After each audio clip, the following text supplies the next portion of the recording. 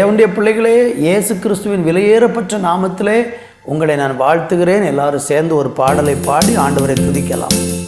இயேசு என்னோடு இருப்பதை நினைச்சிட்டா என்னுள்ளம் துள்ளுதையா, நன்றி என்று சொல்லுதையா.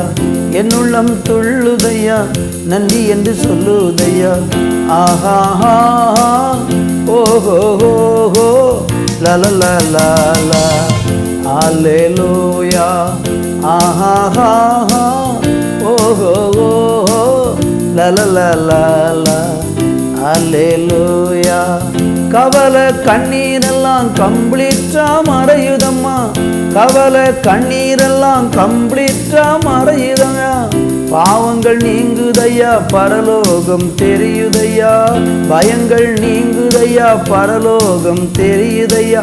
அகிலம் வாழும் தெய்வம் என் அன்பு இதய தீபம், அகிலம் வாழும் தெய்வம் என் அன்பு இதய தீபம். இயேசு என்னோடு இருப்பதை நினைச்சிட்டா என்னுள்ளம் துள்ளுதையா, நன்றி என்று சொல்லுதையா. என்னுள்ளம் துள்ளுதையா, நன்றி என்று சொல்லுதையா. ஆஹா ஓஹோ ஹோ லலலலா அல்லேலூயா. ஆஹா ஓஹோ லலலலா அல்லேலூயா. பகைமை கசப்பு எல்லாம் பனி போல மறையுதையா, பகைமை கசப்பு எல்லாம் பனி போல மறையுதம்மா. பாடுகள் சிலுவையெல்லாம் இனிமையை தோன்றுதம்மா, பாடுகள் சிலுவையெல்லாம் இனிமையை தோன்றுதம்மா.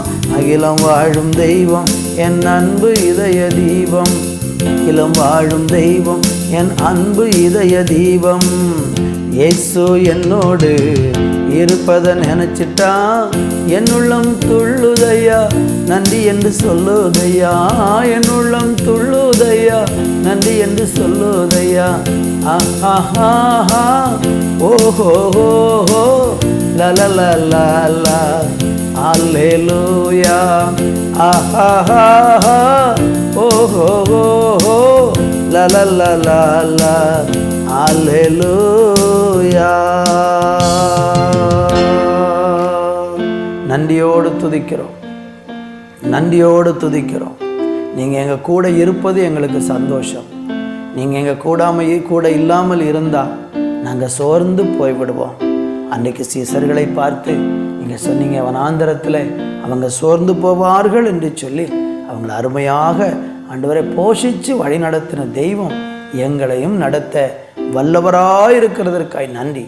இயேசுவின் நாமத்தில் பிதாவே, ஆமேன் ஆமேன். தேவனுடைய பிள்ளைகளே, இந்த நாளிலே மத்தேயு எழுதின சுவிசேஷம் 15ஆம் அதிகாரம் 32வது வசனத்தை நான் வாசிக்கிறேன். பின்பு இயேசு தம்முடைய சீசர்களை அழைத்து, ஜனங்களுக்காக பரிதபிக்கிறேன், இவர்கள் என்னிடத்தில் 3 நாட்கள் தங்கியிருந்து சாப்பிட ஒன்றுமில்லாது இருக்கிறார்கள்.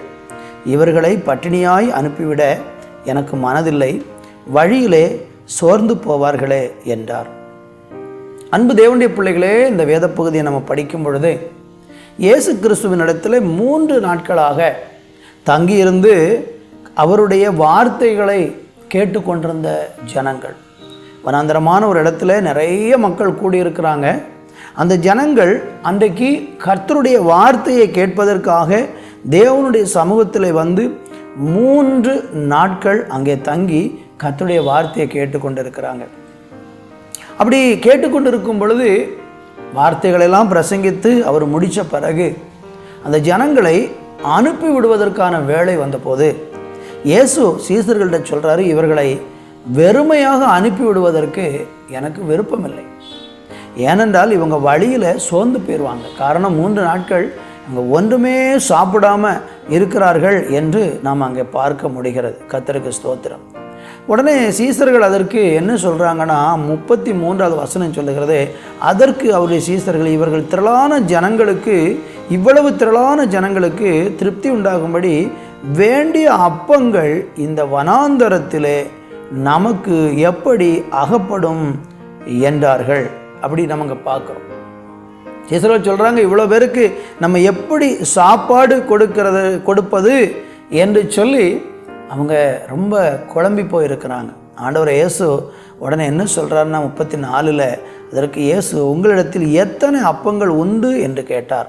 அவர்கள் 7 அப்பங்களும் சில சிறு மீன்களும் உண்டு என்று சொல்லுகிறதை பார்க்கிறோம். அன்பு தேவனுடைய பிள்ளைகளே, இந்த ஜனங்கள் அங்கே கூடியிருந்து பட்டினியாக இருக்கிறத கண்ட உடனே அவங்க கையில் ஸ்தோத்திரம் 7 அப்பங்களும் சில சிறு மீன்களும் மட்டும்தான் இருக்கிறது.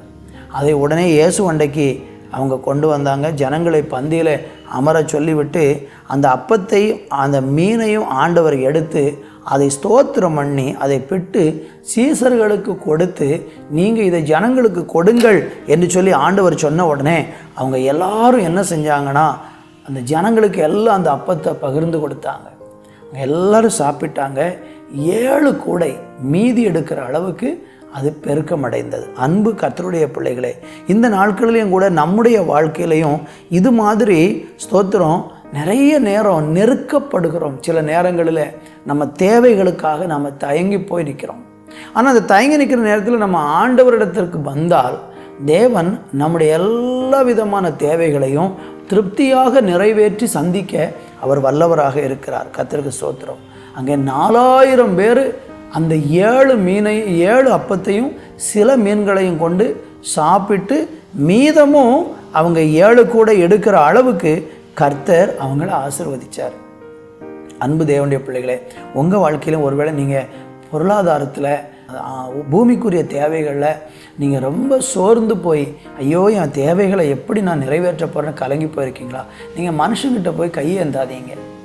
மனுஷர்கள் என்ன கொடுப்பாங்க, இன்றைக்கி ஒரு ஆளை போய் பார்ப்போம், நாளைக்கு ஒரு ஆளை பார்ப்போம், அவங்கள போய் இந்த மாதிரி ஒரு வாழ்க்கையவே தயவு செய்து விட்டுருங்க. நீங்கள் ஆண்டவரை தேடி பாருங்கள், ஆண்டவரை சார்ந்து பாருங்கள். கர்த்தர் உங்களை அருமையாக போஷிக்க வல்லவராக இருக்கிறார். மீதி எடுக்கிற அளவுக்கு போஷிக்க வல்லவராக இருக்கிறார். கொஞ்சத்தை அப்படியே பெருக பண்ண அவர் வல்லவராக இருக்கிறார். எல்லாவற்றுக்கும் ஆண்டவரை நம்புங்க, அவரை விசுவாசிங்க. உங்கள் தேவைகள் அவருக்கு முன்னால் போய் சொல்லுங்கள். மத்தேயு எழுதின சுவிசேஷத்தில் 6ஆம் அதிகாரத்தில் நீங்கள் படித்தீங்கன்னா உங்களுடைய தேவைகள் நீங்கள் அறிகிறதுக்கு முன்னே உங்கள் பரமபிதா உங்கள் தேவைகள் என்னதென்று அறிஞ்சிருக்கிறார் என்று சொல்லப்பட்டிருக்கிறது. நம்ம தேவைகளை அறிந்து எல்லாவற்றையும் நிறைவாகவும் திருப்தியாகவும் தர நம்முடைய ஆண்டவர் வல்லவராக இருக்கிறார். என்னை அவரை விசுவாசித்து சார்ந்து கொள்வோம். அவர் உங்களை இந்த நாளில் அருமையாக போஷித்து நடத்துவார், வெக்கப்பட விட மாட்டார். ஜெபிக்கலாமா? அன்பு தகப்பனே, எங்களை அருமையாக போஷித்து அருமையாக நடத்த என் தெய்வம் நீங்கள் போதுமானவராக இருக்கிறதற்காக உமக்கு நாங்கள் கோடானு கோடி நன்றி செலுத்தி ஸ்தோத்திரம் பண்ணுகிறோம். தொடர்ந்து நீர் எங்களை ஆசீர்வதியும். இந்த வார்த்தையை கேட்கிற யாராகிலும் நெருக்கப்பட்டு தேவைகளின் மத்தியில் கலங்கி நின்று கொண்டிருக்கிறார்கள் என்றால் அவர்களை நீங்கள் ஆசீர்வதித்து கனப்படுத்தி மேன்மைப்படுத்தி உயர்த்த வேண்டும் என்று ஜெபிக்கிறேன். பெரிய காரியங்களை செய்யும். இயேசுவின் நாமத்தில் பிதாவே, ஆமேன், ஆமேன்.